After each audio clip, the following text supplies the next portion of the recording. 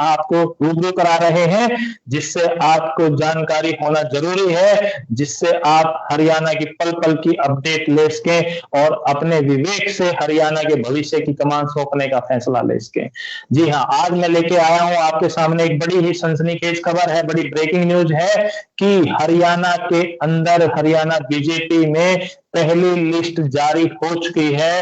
पहली लिस्ट के नाम फाइनल हो गए हैं, आला कमान की मोहर लग चुकी है, केंद्रीय आला कमान ने भी उन नामों को पास कर दिया। सबसे बड़ी खबर मैं आपको बता रहा हूं, इसमें सबसे बड़ी खबर यह है कि हरियाणा के मौजूदा मुख्यमंत्री श्री नायब सिंह सैनी की सीट बदल दी गई है।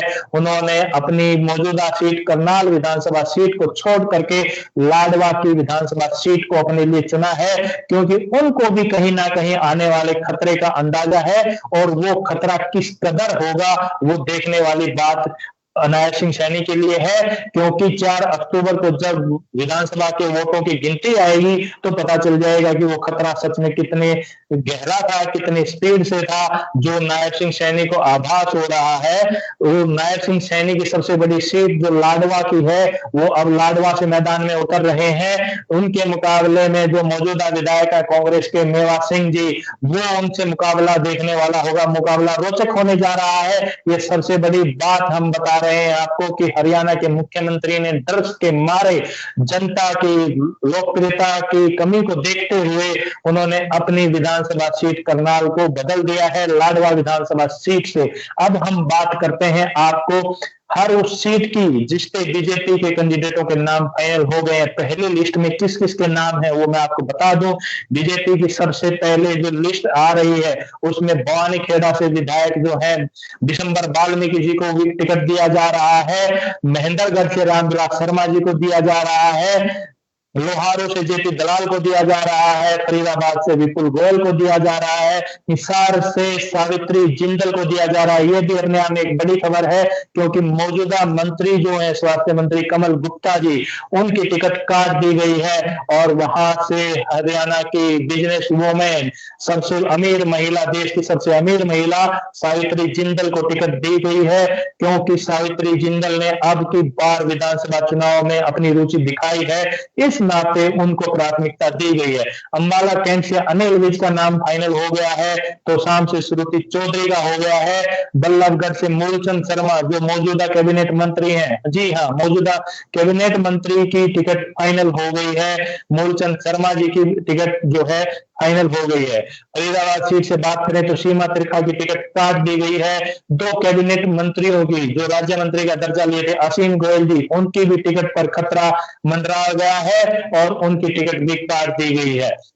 पंचकुला से ज्ञानचंद गुप्ता की टिकट फाइनल हो गई है। लोहारू से जेपी दलाल की फाइनल हो गई है। नांगल चौधरी से डॉक्टर अभय यादव की टिकट फाइनल हो गई है। ये कैथल से लीलाराम गुर्जर जो मौजूदा विधायक हैं बीजेपी के, उनकी भी टिकट फाइनल हो गई है। ये बीजेपी की लिस्ट मैं आपको बता रहा हूं कि बीजेपी ने कौन सी कैंडिडेटों पर अपना विश्वास जताया है, किन को रिपीट किया है अपनी विधानसभा टिकट में, और कौन से नए नाम जोड़े गए हैं, ये सब मैं आपको बता रहा हूं। ये आप देखेंगे कि किस तरीके से पहली लिस्ट में कुछ चौंकाने वाले नाम भी हैं, कुछ भरोसा जताया गया है दूसरे उम्मीदवारों पर, क्योंकि वहां की ग्राउंड रिपोर्ट मौजूदा विधायकों की सही नहीं आ रही थी। जो टिकट के दावेदारी में थे उनकी टिकट कट चुकी है, और लोकप्रियता को देखते हुए सर्वे के आधार पर वहां पर दिया गया। सोहना से भी नाम आ रहा है। मौजूदा विधायक संजय सिंह को टिकट दी गई है। थानेसर से सुभाष सुधा जो मौजूदा कैबिनेट मंत्री हैं, उनकी टिकट भी फाइनल कर दी गई है। सुभाष सुधा जी और सोहना से संजय सिंह की टिकट बिल्कुल फाइनल है। उनकी पहली ही लिस्ट में उन लोगों का नाम आ गया है। महेंद्रगढ़ से रामविलास शर्मा जी की टिकट फाइनल हो गई है। आपको बता दें कि लोहारू से जेपी दलाल की फाइनल हो गई है। बादली से जी हाँ, बादली से आप जैसा चित परिचित अंदाज में हरियाणा बीजेपी के पूर्व प्रदेश अध्यक्ष ओपी धनखड़ की टिकट फाइनल हो गई है। पानीपत ग्रामीण से महिपाल डांडा की टिकट फाइनल हो गई है। पानीपत ग्रामीण से महिपाल डांडा जो मौजूदा सरकार में मंत्री हैं, पंचायत मंत्री हैं, उनकी टिकट फाइनल कर दी गई है। मैं बात करता हूं नारनौल से। नारनौल एक बड़ा हल्का है, फिर से कैप्टन अभिमन्यु पर विश्वास जताया है बीजेपी ने। जी हाँ, नारनौल से पूर्व वित्त मंत्री हरियाणा सरकार में जो रहे हैं, पिछली बार हालांकि नहीं जीत पाए थे, वहां पर कैप्टन अभिमन्यु के ऊपर विश्वास जताया है और उनका नाम फाइनल कर दिया गया है। जींद सीट की बात करें तो जींद विधानसभा सीट से जो मौजूदा विधायक हैं डॉक्टर कृष्ण मिड्डा जी, उनको ही रिपीट किया जा रहा है। ग्राउंड स्तर पर उनकी रिपोर्ट ठीक आई है। देखने वाली बात होगी कि कांग्रेस किसको अपना उम्मीदवार बनाती है, तो वहां से पता चलेगा कि मुकाबला किस तरफ होगा और मुकाबले में कौन जीतने वाला है। आदमपुर की बात करें तो आदमपुर से भी मौजूदा विधायक को रिपीट किया गया है, जो भव्य बिश्नोई जी हैं। हाँ जी, भव्य बिश्नोई की टिकट फाइनल हो गई है। आदमपुर से बीजेपी की लिस्ट में उनका नाम है। बवानीखेड़ा से मैंने आपको बताया दिसंबर वाल्मीकि जी की भी टिकट फाइनल है, जो मौजूदा विधायक भी हैं और हरियाणा सरकार में अहम स्थान रखते हैं। बवानीखेड़ा से दिसंबर वाल्मीकि जी की भी हो गई है। पलवल से एक नया नाम निकल करके आ रहा है, दीपक मंगला जी की टिकट फाइनल कर दी गई है। पुराने विधायक की, पुराने उम्मीदवार की टिकट काट दी गई है और अब की बार दीपक मंगला के ऊपर बीजेपी हालाकमान ने विश्वास जताया है। बल्लभगढ़ की बात करें तो मौजूदा परिवहन मंत्री मूलचंद शर्मा पर उन्होंने फिर से विश्वास जताया है और मूलचंद शर्मा जी की भी टिकट फाइनल हो गई है। ये मैं आपको जो बताया है, ये पूरी की पूरी टिकट मैं आपको बता रहा हूं। तो शाम से भी श्रुति चौधरी जी को टिकट दे दी गई है। उनकी माता श्रीमती किरण चौधरी अभी हाल ही में राज्यसभा का नामांकन उन्होंने किया है और निर्विरोध चुना जाना उनका कल की तारीख में रिजल्ट आ जाएगा। मां राज्यसभा सांसद बन गई हैं, बेटी विधानसभा के लिए अपनी उम्मीदवारी ठोक रही हैं, यानी बीजेपी में आने का उनका जो प्लान था, जो योजना उन्होंने बनाई थी, वो कहीं ना कहीं सही साबित हो रही है। ये सारे नाम फाइनल हो गए हैं। अनिल विज जी का भी पहली सूची में नाम है।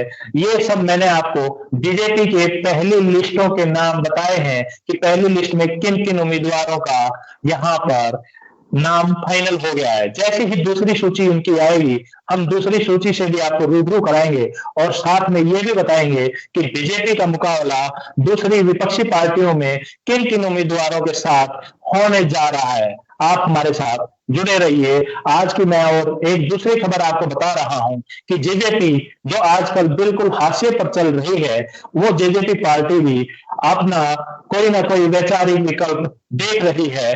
उसी कड़ी में आज उन्होंने एक जो चंद्रशेखर रावण की पार्टी है, चंद्रशेखर रावण की जो बात कर रहा हूं, जो मौजूदा सांसद हैं, उनके साथ एएसआर के साथ उन्होंने गठबंधन किया है और वो गठबंधन में 70 और 20 का फार्मूला तय किया गया है कि 70 सीटों पर जजपा अपने उम्मीदवार उतारेगी और बाकी की 20 सीटों पर चंद्रशेखर रावण की पार्टी अपने उम्मीदवार उतारेगी। हालांकि चंद्रशेखर रावण का ये पहला विधानसभा चुनाव है जो हरियाणा में अपनी किस्मत आजमाने जा रहे हैं, लेकिन जेजेपी का भी जनाधार बिल्कुल खत्म हो गया है। अब देखने वाली बात यह है कि ये गठबंधन किस हद तक आगे बढ़ने में कामयाब होता है और उस तरीके से बात देखने वाली होगी कि 4 तारीख को वो रिजल्ट किस तरीके से आएगा। मैं आपको बता दूं कि पटौदी से एक नाम हम आपको बताना भूल गए थे। पटौदी से सत्य प्रकाश जरावता की टिकट भी फाइनल हो गई है। बावल से डॉक्टर बनवारी लाल की भी टिकट फाइनल हो गई है।